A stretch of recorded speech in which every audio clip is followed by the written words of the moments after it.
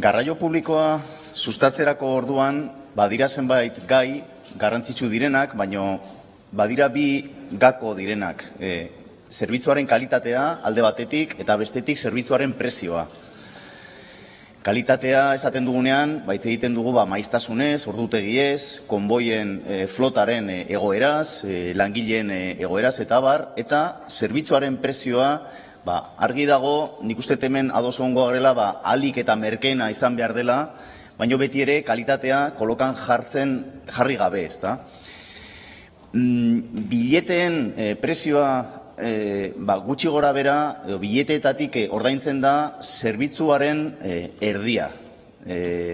Zeren eta beste erdia aurrekontu publikoetatik etortzen da. Erdia eta erdia hori aldatzen da hiriaren arabera, baitare zerbitzuaren arabera, baina gutxi gora bera horrela izaten da. Claro, portzentaje hori aldatu egin daiteke helburu politiko, ekonomiko eta sozialen arabera. Beste dozein inbertsiorekin egiten den bezala. Euskal Autonomia Erkidegoan 2017 eta 2019 artean erabaki zen doakotasuna zabaltzea 6 urtetik beherako ume guztiei garraio publikoan. Ordura arte, leku batzuetan 3 urtera arte zegoen, beste leku batzuetan 4 urtera arte, beste batzuetan 5 urtera arte, eta garai hartan 2017-2019 artean 6 urtera arte zabaldu zen leku guztietan. Eta gaur da eguna, inon ez dala neurri hori kolokan jartzen, ezta? Hori, 2-3 urte behar izan ziren hori egiteko, hori bateratzeko, zeren dakizuen bezala, Euskal Autonomia Erkidegoan hainbat operatzaile publiko daude garraio publikoari dagokionez, bakoitzak dauka bere eskumena, bere erabakitze esparrua, batzuk autonomikoak dira, beste batzuk herrialde mailakoak, beste batzuk udalerri mailakoak, eta badira baitaren asketak, ezta, eskualde mailakoak, eta beraz, konplexutasun hori ere kontuan izan behar da tarifez eta biletez hitz egiten denean. Eta hori batetik esan behar da baita ere zer nolako egoeran gauden. Eta ez bakarrik Ukrainako gerraren ondoriozko krisi energetikoa dela, baizik eta baita ere handiagoak eta kezkagarriagoak diren bi krisi globalengatik, eta alde batetik dago krisi klimatikoa eta bestetik ere krisi demografikoa. Krisi klimatikoari dagokionez, esan behar da Euskal Autonomia Erkidegoan isurtzen ditugun CO2 isurien eren bat gutxi gora bera garraioarekin lotuta dagoela, eta beraz garraioan hartzen diren erabakiak gako direla aurre egiteko arazo horri, eta bestetik krisi demografikoari dagokionez, nik uste mugikortasunean ere badela familiei egunero afektatzen dion zerbait, eta beraz saiatu begin behar gara politika publikoak diseinatzen ditugunon partetik ahalik eta gehien errazten familien eguneroko bizimodua. Eta beraz, hain zuzen ere, erronka demografikoari aurre egiteko monografiko bat proposatu genuen EH Bildutik, maiatzaren 18an eztabaidatu egin zena, eta legebiltzar honetan, eta hain zuzen ere garraioarekin lotutako bi ekimen sartu genituen bertan, 21. eta 22. 21. hain zuzen ere eskatu genuen 12 urtetik beherako umeentzat garraio publikoa doakoa izatea, eta 22. eskatu genuen gaztetzat jotzen den adintopea bateratua izan zedila Euskal Autonomia Erkidego osoan, ezta?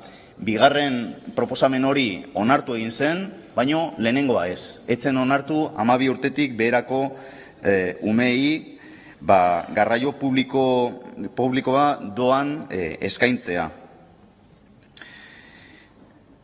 Gure ustez, neurri egokia zen, esan bezala ingurumen aldetik, erakarriko lituzkelako persona gehiago, bidaiari gehiago, ibilgailu pribatuetatik garraio publikora, eta akaso galdera izan daiteke zergatik 12 urte eta ez 11 edo 13, ezta? Eta gure ustez 12 urteko epea gako da, hezkuntza mota aldaketa bat dagoelako, lehen hezkuntzatik bigarren hezkuntzara pasatzen direlako umeak, eta nolabaiteko autonomia oraindik ez daukate, 12 urte baino gutxiago daukatenean, eta beraz gurasoekin askotan joaten dira eskoletara autoz, edo joaten dira eskolaz kanpoko jardueretara autoz, eta beraz, iruditzen zaigu nahiko estrategikoa erakartzea ume horiek segurasoekin batera ere joango dira garraio publikora.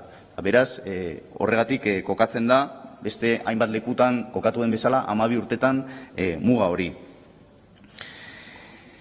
Segertatu zen demografiaren erronkako monografiko hartan, esan bezala, EAJak eta PSek kontra bozkatu zutela proposamen horren aurrean.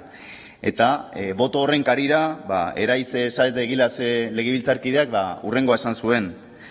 Era berean guretzat ezinbestekoa da, eta ez dugu lortu hau ere ez, baina hau aurrera begira landu beharko den zerbait da. Etorriko delako, eta ezinbestean erantzun behar zaiolako. Garraio publikoa 0 eta 12 urte bitartean doako izatea.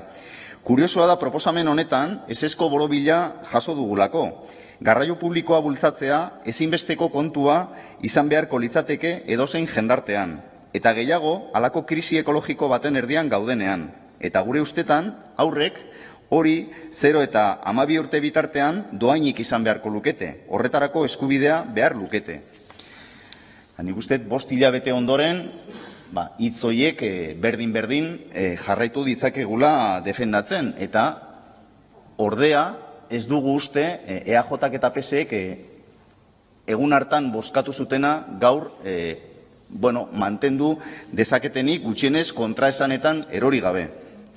Zeren azken hilabeteetan mugimendu asko egoten ari da garraio publikoaren tarifen inguruan, eta hemen EAJak maiatzaren 18an 12 urtetik beherako umeei doakotasuna eskaintzearen kontra bozkatu bazuten arren, handik 2 hilabetetara Gasteizko alkateak iragarri zuen neurri hori martxan jarri nahi zuela Gasteizko autobusetan.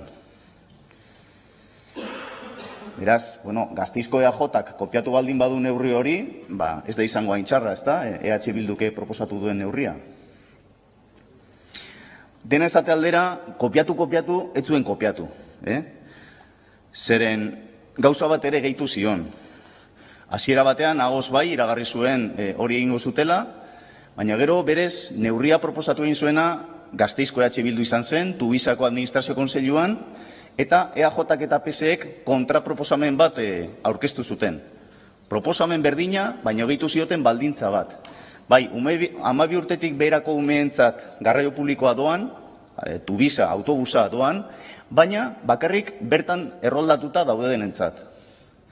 Gure ustez, neurri hori diskriminatorioa zen, hala esan genuen, eta horregatik abstenitu ginen neurri horren aurreko bozketan, eta eskatu genuen txosten bat, juridikoa, ikusteko ea diskriminazio hori legala ote zen. Erantzuna, etorri da azken aste hontan, eta gure tesien aldekoa izan da.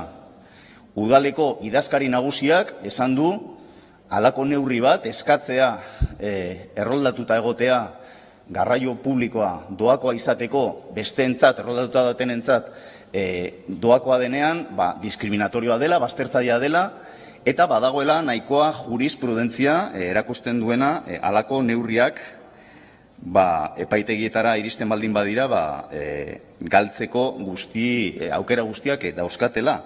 Beraz, azkenean, Gasteizen hartuko den neurria izango da EH Bildu proposatu zuena. 12 urtetik beherako umeentzat autobusa doan izatea.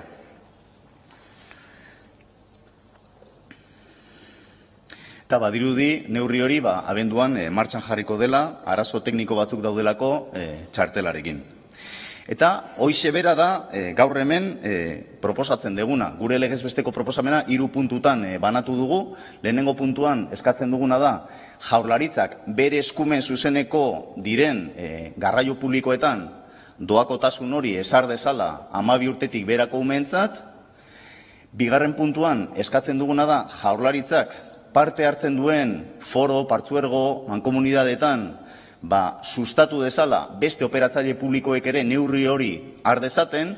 Hau garrantzitsua iruditzen zaigu, zeren eta bateratzea halako neurriak ezinbestekoa da, ezin zaie beste operatzaileei derrigortu, baina uste dugu Jaurlaritzak lidergo hartzen baldin badu Euskadiko garraio agintaritzan azkenean lortu dezakela beste operatzaileek ere neurri berdina har dezaten, eta hori demostratu da esate baterako azken hilabetetako beherapenekin, ezta? Horre zurrumurru asko egon ziren, baina azkenean Euskadiko Garraio Agintaritzan iritsi zen akordio batera. Bada, berdin-berdina da eskatzen deguna kasu hontan. Eta hirugarren puntua horrekin lotuta egongo litzateke. Eskatzen duguna da, Jaurlaritzak hitz egin dezala beste operatzaileekin finantziazioaz, neurri honen finantziazioaz. Eta uste dugu, Jaurlaritzak lidergoa izan beharko lukela kasu hontan, akaso partearen esatia handi bat berak jarri beharko lukela, oraintxe bertan erabaki den bezala Espainiatik etorri diren beherapen hoien erantzun moduan, ezta? Beraz, uste dugu gai honetan ere antzeko konponbide batera iritsi beharko litzatekela. Gure ustez, posible izan bada halako neurri bat 12 urtetatik beherako umeentzat garraio publikoa doan jartzea Espainiar estatuko hiri batzuetan, Bartzelonan jarri da, Sevillan jarri da, Toledon jarri da, uste dugu hemen ere egingarria dela. Eta hain urrun joan gabe, Gasteizen bertan halako neurri bat hartu bada, eta EAJak eta PSEek Jaurlaritza ere lideratzen duten, Jaurlaritza osatzen duten bi alderdiek Gasteizen neurri hori hartu badute, uste dugu hemen ere hartu beharko litzatekeela EAEko garraio publiko guztietara neurri berdina zabalduz. Zentzu horretan, espero dugu talde guztien aldeko botoa.